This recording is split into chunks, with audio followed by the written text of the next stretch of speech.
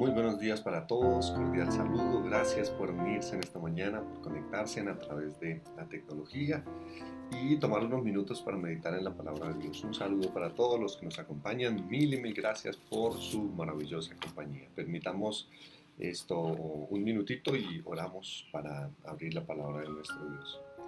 Nuestro Padre que estás en los cielos, gracias por la vida que nos regalas esta mañana, por la oportunidad de un nuevo amanecer, de despertar.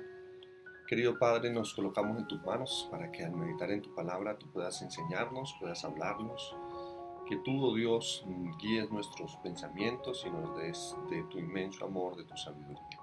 Quédate a nuestro lado, Señor, lo pedimos en Jesús. Amén. Bueno, la parábola de hoy es una parábola que la encontramos en el libro de San Lucas, capítulo 16, a partir del verso 19. Diría yo que es una de las parábolas más controversiales para los que usan, los que han usado las parábolas como un argumento para doctrina, pero precisamente que esas palabras son las que debiéramos dejar de un lado, tener un argumento como una parábola, como un argumento, como una doctrina, porque sencillamente eran ilustraciones que Jesús tomaba algunas de la vida real, otras imaginarias, y en este caso la parábola del rico y Lázaro es un relato que Jesús toma de lo que se decía tal vez en algunos círculos que no eran muy religiosos realmente. Así que Jesús toma esta parábola para dejar una lección importantísima en la vida específicamente de su propia nación, de los líderes religiosos de su momento, que en este instante están escuchando esta parábola. Le están escuchando a él, pero la parábola no tiene como objetivo implantar en el corazón de los discípulos, de los oyentes, una creencia, una doctrina. No, solamente quiere centrarse en los acontecimientos de la vida, y pensaría yo que en este instante lo que Jesús quiere destacar es el propósito por el que el ser humano vino a este mundo, con qué razón, con qué meta, con qué objetivo.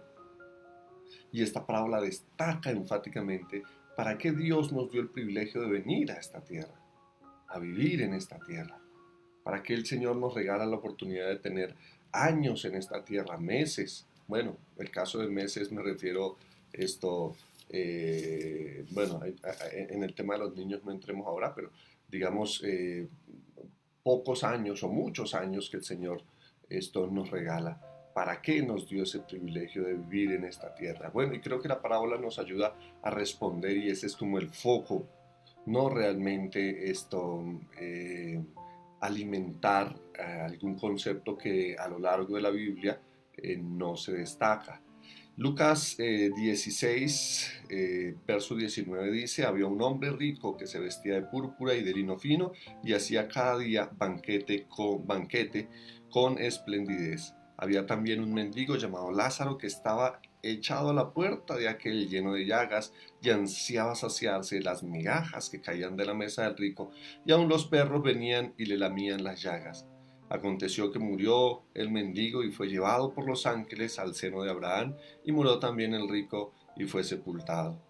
En el Hades alzó sus ojos, estando en tormentos, y vio de lejos a Abraham y a Lázaro en su seno. Entonces gritando dijo: Padre Abraham, ten misericordia de mí, envía a Lázaro para que moje la punta de su dedo en agua y refresque mi lengua, porque estoy atormentado en esta llama. Pero Abraham le dijo: Hijo, acuérdate de que recibiste tus bienes en tu vida, y Lázaro males. Pero ahora este es el consolado aquí, y tú atormentado. Además de todo esto, una gran cima está puesta sobre vosotros y vosotros, de manera que los que quieran pasar de aquí a vosotros no pueden, ni de allá pasar acá. Bueno, como les decía, puede ser el argumento para muchos para determinar que hay vida después de la muerte. Pero la Biblia señala que la única vida que hay después de la muerte es cuando Jesús venga y otorgue la resurrección. Esa es la única vida después de la muerte. La resurrección de los justos que heredarán el reino de los cielos y después la resurrección de los impíos 1000 años después. Bueno, pero el texto pareciese decir, bueno, que hay vida después de la muerte, te mueres y entonces hay un ente racional. Bueno, recuerde que el centro de la parábola no es determinar eso.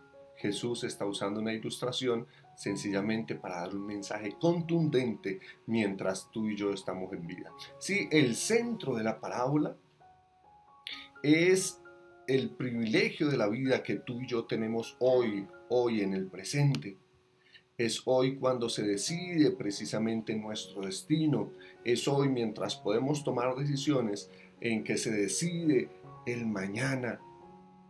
El reino eterno, la eternidad al lado de Jesús o la destrucción eterna siguiendo nuestra vida como el enemigo la plantea.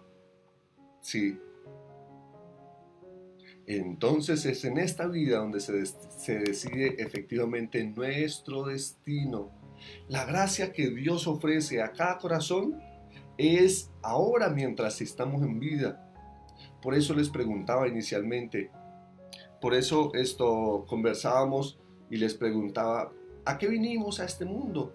¿Cuál ha sido el propósito por el que Dios nos regaló la oportunidad de venir a este mundo? ¿Para qué? ¿Con qué meta? Bueno, aquí hay una respuesta interesante.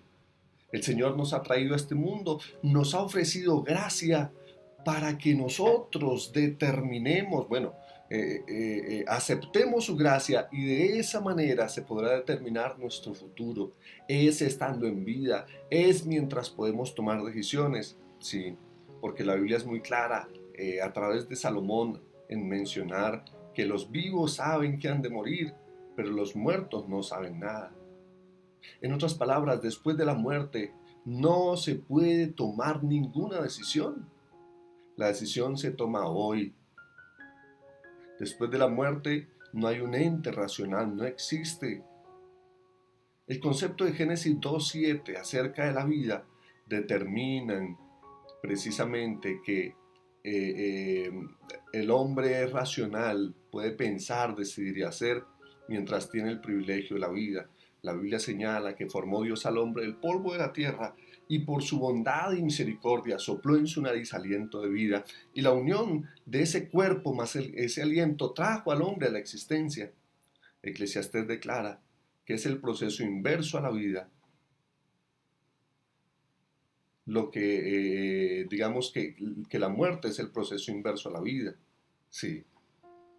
Entonces el cuerpo queda ahí y el espíritu vuelve a Dios porque Él es la vida, porque le pertenece a Él. A Él. Eso significa que lo único que queda precisamente es el mismo barro con el que fue creado el hombre, polvo, polvo. ¿Sí?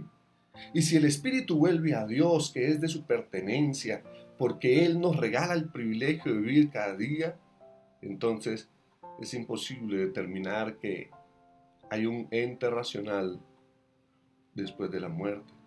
Bueno, por eso, para Jesús la parábola sencillamente es un mensaje, es una ilustración que Jesús hizo para decirle a los propios líderes, miren, este es el momento para que ustedes tomen decisiones de recibir la gracia.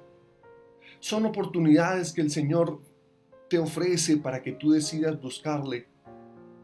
Pero si en esas oportunidades ustedes deciden complacer el yo, deciden seguir sus propias inclinaciones, como sucedía con el rico. ¿Qué hacía el rico? Pues el rico, en este caso, según el relato, vivía para sí. Estaba desinteresado en la sociedad, solamente estaba pretendiendo buscar para su propia satisfacción lo que tenía. Dios se lo había dado, pero no con el objetivo de ayudar. Era un corazón egoísta, pensando solamente en sí mismo. Y mientras hacía eso, estaba determinando su propio destino, porque a su alrededor había personas quienes necesitaban la ayuda de Dios. Perdón, sí, la ayuda de Dios y la ayuda del ser humano. En este caso, la ayuda de Dios, pero el ser humano, a quien Dios le había otorgado esos privilegios de tener recursos, podría ser la mano, como decíamos ayer, la mano que se extendía, la mano de bondad y misericordia de parte de Dios.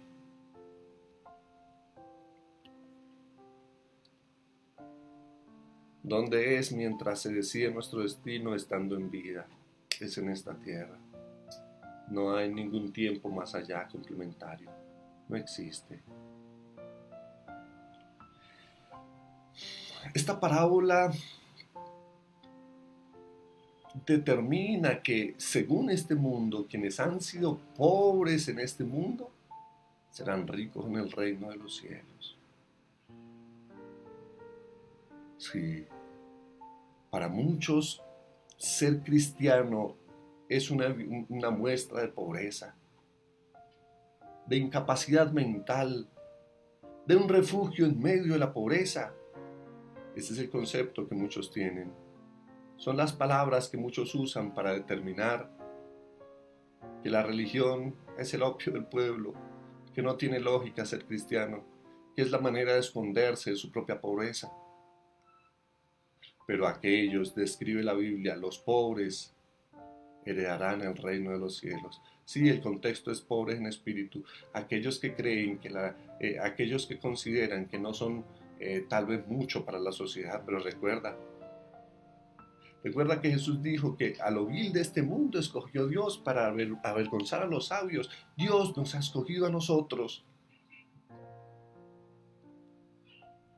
Sí, los pobres en bienes tal vez en este mundo, pero que confían en Dios y son pacientes en medio del sufrimiento, en medio de la prueba, un día serán exaltados y ocuparán las más grandes posiciones que el mundo pueda ofrecer al lado de Jesús en el reino eterno. Bueno, pero la parábola también señala, escúchame lo siguiente, también señala que el rico, estando en esta tierra, podía haber usado sus propios recursos para extender la mano a aquellos que lo requerían. Eso podía ayudarle a decidir su destino final. Pero no porque el hombre realmente gane la salvación por las obras, por lo que haga. No, solamente que un corazón generoso verdaderamente. El verdadero corazón generoso es aquel corazón que está dispuesto a dar, a preocuparse por el enemigo. El amor engendra amor. Dar es lo más importante, ayudar, servir, porque reconoce que su prójimo es su propio hermano, que es el Hijo de Dios. No importa cuáles eran las razones por las que Lázaro estaba en estas condiciones.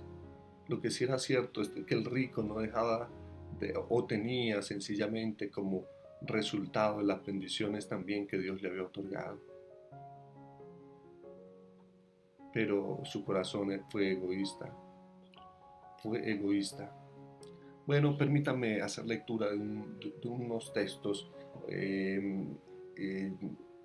Mañana tendremos que terminar con la parábola, pero permítame hacer lectura de unos textos interesantísimos en relación a esto. Después, digámoslo así, en la parábola de la muerte de ellos, la condición cambió para ambos hombres. El pobre habría sufrido todos los días y había sido paciente y había soportado en silencio. Con el transcurso del tiempo murió y fue enterrado. Nadie se lamentó por él, pero mediante su paciencia en los sufrimientos había testificado por Cristo y había soportado la prueba de fe. Y a su muerte se le representa llevado por los ángeles a Abraham. Lázaro representa a los pobres sufrientes que creen en Cristo, Cuando suene la trompeta y todos los que estén en la tumba oigan su voz y resuciten, ellos recibirán su recompensa, porque su fe en Dios no fue una mera teoría, sino una maravillosa realidad.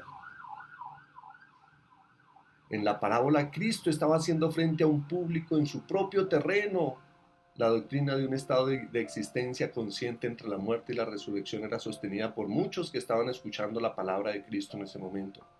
El Salvador conocía esas ideas e ideó la parábola de tal manera que inculcara importantes verdades en medio de las opiniones preconcebidas. Colocó ante sus oyentes un espejo en el cual se debían ver a sí mismos en su verdadera relación con Dios. Empleó la opinión prevaleciente para presentar la idea que deseaba destacar en forma especial. ¿Cuál? Que ningún hombre estimado por sus posesiones es más valorado por Dios por lo que tenga. Nada. Todo lo que el hombre tiene le pertenece en calidad de préstamo a Dios. Él se lo ha concedido. Y que el uso incorrecto de esos dones colocará por debajo del hombre más pobre y más afligido que ama a Dios y confiará en Él, lo colocará por encima. Bueno, ¿a qué hemos venido a este mundo? No hemos venido a conseguir riquezas, pero Dios nos da el privilegio de tener posesiones. No está mal tener las posesiones, no. Dios te las ha otorgado. Trabaja, lucha por ellas. Pero permite que las posesiones, sean la manera en que tú también puedas ayudar a servir al mundo que perece, que necesita. Porque puedes que por tus posesiones hoy representes algo para el mundo. Pero el destino se decide hoy, el destino eterno, el reino de los cielos o la destrucción eterna, se decide hoy mientras tenemos el privilegio de tomar decisiones. Hoy con lo que Dios te ha dado,